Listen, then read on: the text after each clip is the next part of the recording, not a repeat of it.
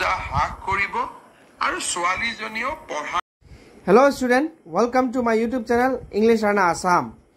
আজি এই ভিডিঅ' তোমালোকৰ লগত কমপ্লিট ভিডিঅ' ডিছকাছ কৰিম। অসমৰ CM ছাৰে নিযুত মইনা আঁচনিৰ ওপৰত কি ডিটেইলছ নতুন আপডেট দিছে, অথবা HS first year, degree first year আৰু পোষ্ট গ্ৰেজুৱেট ফাৰ্ষ্ট ইয়াৰ সকলো গাৰ্লছ ষ্টুডেণ্ট কাৰণে এই আঁচনি 10 অক্টোবৰৰ পৰা ৰিলিজ কৰা হ'ব আৰু এই ফৰ্মটো সকলো বিদ্যালয়ত ডিষ্ট্ৰিবিউট কৰা হৈছে। আৰু ছেকেণ্ড ইয়াৰত এই আঁচনিৰ লাভ পাবলৈ তোমালোকে কি কৰিব লাগিব, অথবা কোনটো ৰুলছ বা ৰেগুলেশ্যন বা গভৰ্ণমেণ্ট অফ আছামৰ গাইডলাইনছ ফ'ল' কৰি যাব লাগিব, অন্ততঃ তোমালোকে ছেকেণ্ড ইয়াৰত আঁচনি পাবলৈ সক্ষম নহ'বা। এইকাৰণে অলপ মন দি শুনিবা। কমপ্লিট ভিডিঅ' মই এতিয়া দি আছোঁ। আহা তেনেহ'লে আমি আৰম্ভ কৰোঁ।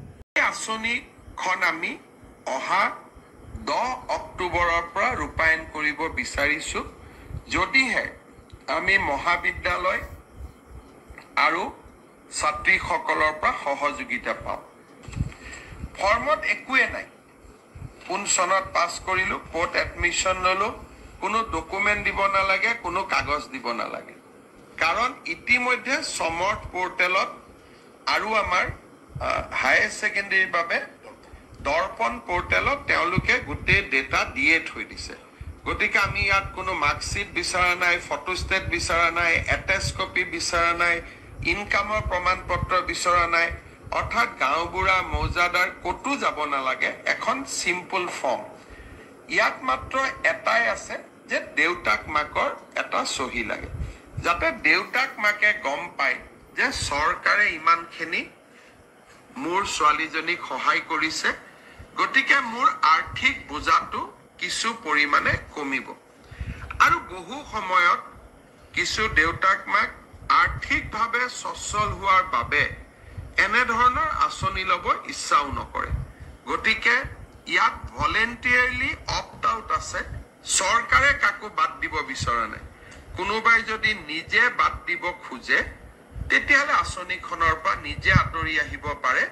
কিন্তু আদাৰৱাইজ ই এটা ইউনিভাৰ্চেল স্কিম, অৰ্থাৎ higher secondary first year, degree first year আৰু পোষ্ট গ্ৰেজুৱেট ফাৰ্ষ্ট ইয়াৰৰ আমি সকলোকে ইয়াত সামৰি ল'ব খুজিছোঁ। এতিয়া প্ৰশ্ন আহিব যে ছেকেণ্ড ইয়াৰত আমি পাম নে নাই। ছেকেণ্ড ইয়াৰত আমি পাম। তাত খালি সৰু দুটা আমি কণ্ডিশ্যন আছে যে ছোৱালীজনীয়ে এটা পাৰ্চেণ্টেজ এটেণ্ডেঞ্চ সদায় লাগিব। আমি তাক ধৰি দিম, যিটো কলেজত সাধাৰণতে এইটো এটেণ্ডেঞ্চ লাগে পৰীক্ষা দিবৰ কাৰণেও।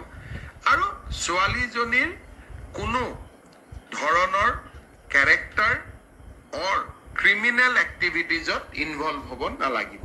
এই দুটাই সৰু এটা কথা, যে তাত এটা কেৰেক্টাৰ চাৰ্টিফিকেট যে ছোৱালীজনী কোনো ধৰণৰ অবিদ্যায়তনিক কামত, যিটো আমাৰ সাধাৰণতে প্ৰিন্সিপালজনে দিয়ে। কেৰেক্টাৰ মানে সেই কেৰেক্টাৰটোত আমি যাব খোজা নাই।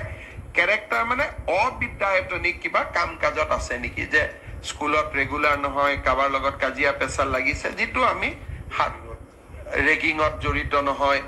এই যিবিলাক এজন ষ্টুডেণ্টৰ কেৰেক্টাৰ, ব্যক্তিৰ কেৰেক্টাৰ নহয়, যিটো ছাত্ৰ জীৱনৰ কেৰেক্টাৰ, সেই কেৰেক্টাৰটো আমি মেইনটেইন কৰিছোঁ নাই। Character as a student. এটেণ্ডেঞ্চটো ৰাখিছোঁ নে নাই, এই দুটা কথা ক্লিয়াৰ কৰি দিয়াৰ লগে লগে এই ছোৱালীখিনিয়ে ছেকেণ্ড ইয়াৰতো এই পুঁজি পাই থাকিব। তাৰপিছত থাৰ্ড ইয়াৰ পাব, থাৰ্ড ইয়াৰতো পাই থাকিব। যিসকলে ফ'ৰ্থ ইয়াৰ ডিগ্ৰীত এডমিশ্যন লৈছে তেওঁলোকে ফ'ৰ্থ ইয়াৰতো পাব। আৰু যিসকল আজি উচ্চতৰ মাধ্যমিক দ্বিতীয় বৰ্ষত আছে, এই বছৰ তেওঁলোকে নাপাব।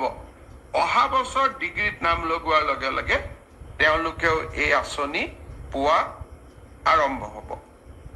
ষ্টুডেণ্টছ, মই ভাবোঁ এই ভিডিঅ' চোৱাৰ পাছত তোমালোকৰ সকলো এই আঁচনিৰ ডাউটখিনি ক্লিয়াৰ হৈ গৈছে। কি ধৰণে তোমালোকে ছেকেণ্ড ইয়াৰত, থাৰ্ড ইয়াৰত অথবা ফ'ৰ্থ ইয়াৰত এই আঁচনিৰ লাভ পাই থাকিব। আমাৰ অসমৰ CM ছাৰে সকলো বস্তু এই ভিডিঅ'ত ক্লিয়াৰ কৰি দিছে।